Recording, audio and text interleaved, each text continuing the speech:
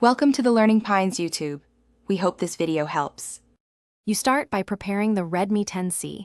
Charge to at least 20% and turn off battery saver so changes register properly. Once done, unlock your phone and open Settings.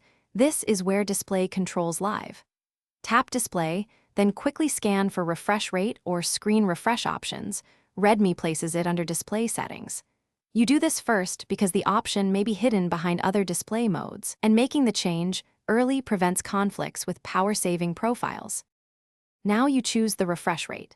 In Display Settings, tap Refresh Rate or Screen Refresh to reveal choices such as 60Hz or 90Hz.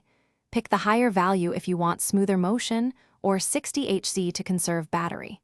Tap your preferred option and confirm when prompted.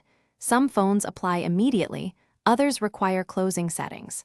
Make sure to restart heavy apps to let them reinitialize with the new rate. This step affects animation smoothness and battery use, so balance your needs. Finish by testing and troubleshooting. Restart the phone if animations or apps stutter after the change. A reboot forces system components to use the new rate.